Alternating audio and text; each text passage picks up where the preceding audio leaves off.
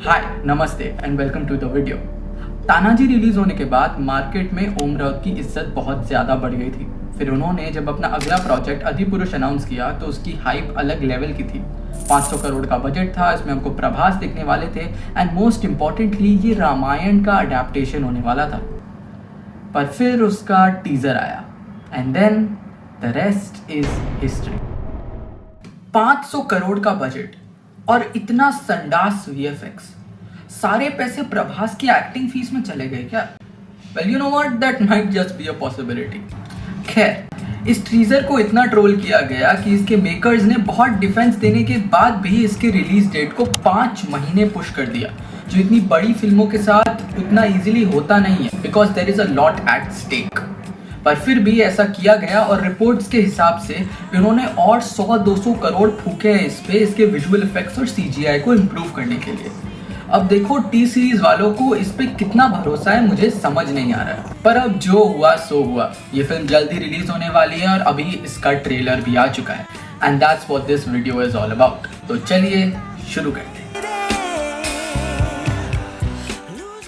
तो सबसे पहले हम इस ट्रेलर के पॉजिटिव एस्पेक्ट्स के बारे में बात करेंगे बिकॉज लेट्स नॉट प्रिटेंड कि कुछ भी अच्छा नहीं था उसमें, एंड देन मैं उसके नेगेटिव एस्पेक्ट्स के बारे में बात करूंगा। अगर हम पॉजिटिव एस्पेक्ट्स की बात कर ही रहे हैं तो सबसे पहले म्यूजिक की बात कर लेते हैं। इस फिल्म का म्यूजिक अजय अतुल ने कंपोज किया है एंड ओ माय गॉड क्या जादू क्रिएट किया है इन दोनों ने साथ में। मैं जब इस फिल्म का ट्रेलर देख रहा था I was trying to spot the negative elements इस वीडियो को बनाने के लिए, पर जब बैकग्राउंड में जय श्री राम वाला बीजीएम बज रहा होता है ना, कुछ भी खराब नहीं लगता, सब अच्छा लग रहा है, परियों की दुनिया लग रही है सब कुछ। म्यूजिक एक ऐसा एस्पेक्ट है जो हमारे बिना रियलाइज किए हुए हमारे मूवी वॉचिंग एक्सपीरियंस को बहुत एलिवेट कर देता है। So credit where credit is due.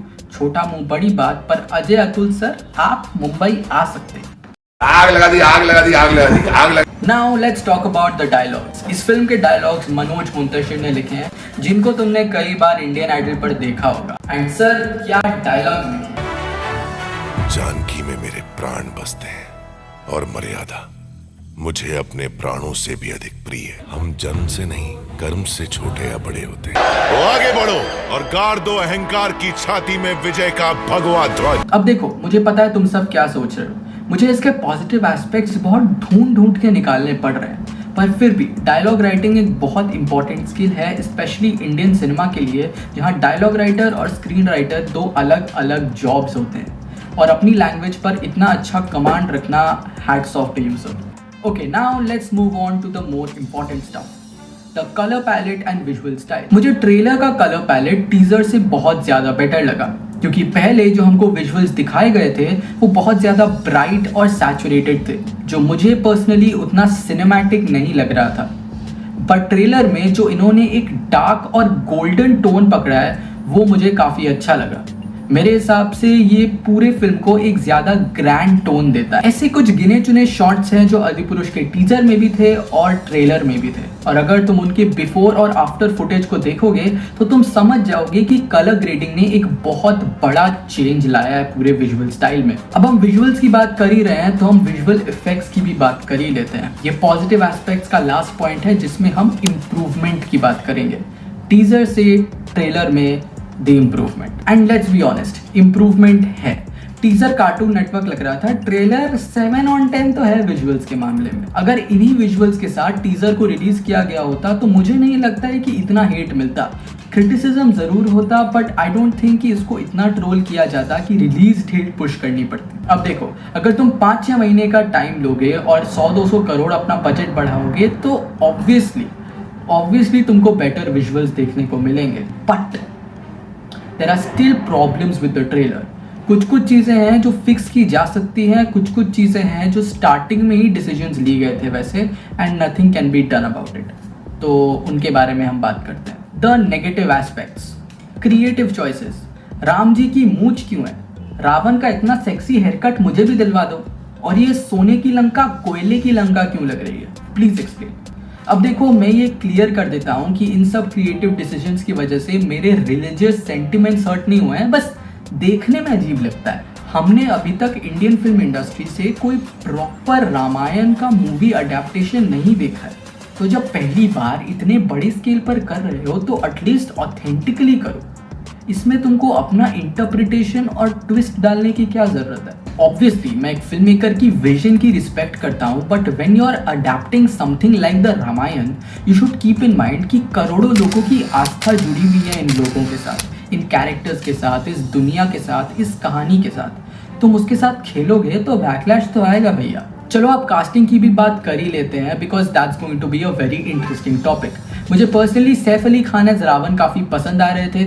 Is a great actor and has that menacing presence on screen जो रावण का कैरेक्टर प्ले करने के लिए इम्पॉर्टेंट है।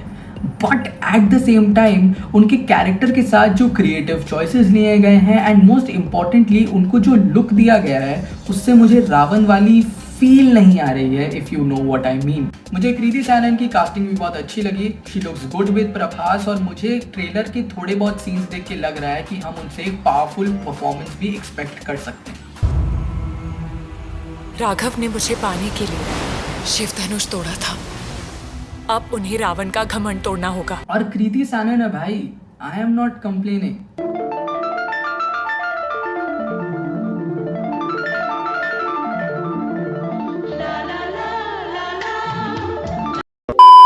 Now let's talk about the casting of Prabhas. अब देखो, मुझे पता है कि प्रभास के फैंस मुझे बहुत गाली देने वाले हैं कमेंट सेक्शन में, but I have to speak my truth, and the truth is कि प्रभास की कास्टिंग सही नहीं थी श्री राम प्ले करने के लिए।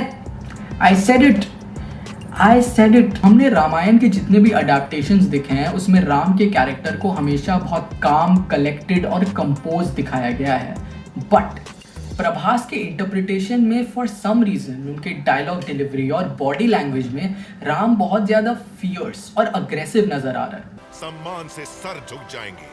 लड़ोगे तो आगे बढ़ो और गाड़ दो अहंकार की छाती में विजय का भगवा ध्वज। And I'm sorry, but that's not accurate. It does not feel like Prabhas playing Prabhu Shri Ram. It feels like him still mimicking Bahubali. मुझे अभी भी अमरेंद्र बाहुबली यानी मैं वाली वाइब्स आ रही है उससे। और प्रभास का वो सुपर मस्कुलर और रगेड लुक राम जैसा लग भी नहीं रहा है, एंड आई थिंक कि उनको उनके स्टार पावर की वजह से ही कास्ट किया गया था। मुझे लगता है ऐसा इसलिए किया गया था क्योंकि बॉलीवुड के अभी भी कई प्रोड्यूसर्स को ऐसा लगता है कि अगर कोई बड़ा प्रोजेक्ट है, कोई बड़े बजट का प्रोजेक्ट है, तो उसका फेस भी एक बड़ा नाम होना चाहिए, एक सुपरस्टार होना चाहिए, which I think might be true, but not for the adaptation of the Ramayan, because Ramayan में श्री राम स्टार है, श्री प्रभास नहीं।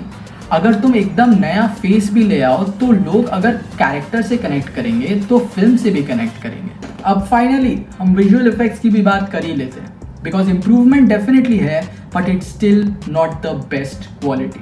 ट्रेलर को बहुत स्मार्टली एडिट किया गया है। You will not see many scenes जिसमें तुम बहुत सारे फ्लॉज निकाल पाओगे, एंड उसका एक बहुत बड़ा रीज़न ये है कि हमको इसमें कोई विजुअल इफेक्ट्स हैवी सीन दिखाया नहीं है।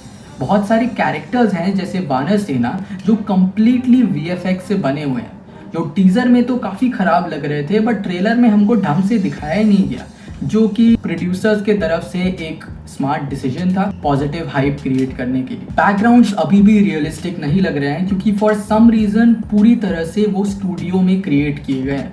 अगर तुम RRR का टाइगर चेज सीक्वेंस देखते हो तो उसमें टाइगर का VFX कितना अच्छा था, पर यहाँ पे जो हमने डियर देखा, वही डियर जिसको राम और लक्ष्मण सीता के लिए हंट करने जाते हैं, वो कितना फेक लग रहा था। The animation was just not on point. मैं भी कहाँ KRK को SRK से कंपेयर कर रहा हूँ।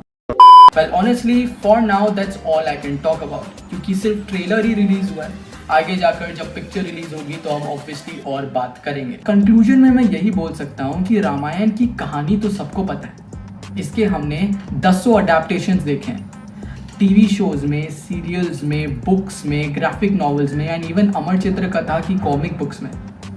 स्टोरी देश का बच्चा बच्चा जानता है, पर आपको बस टेक्नोलॉजी यूज़ करनी थी, अपनी फिल्म मेकिंग के एक्सपीरियंस को यूज़ करना था और एक विजुअली स्टनिंग सिनेमा प्रेजेंट करना था। And I am sorry Om Raut sir, but you failed. Thanks for watching. Bye bye.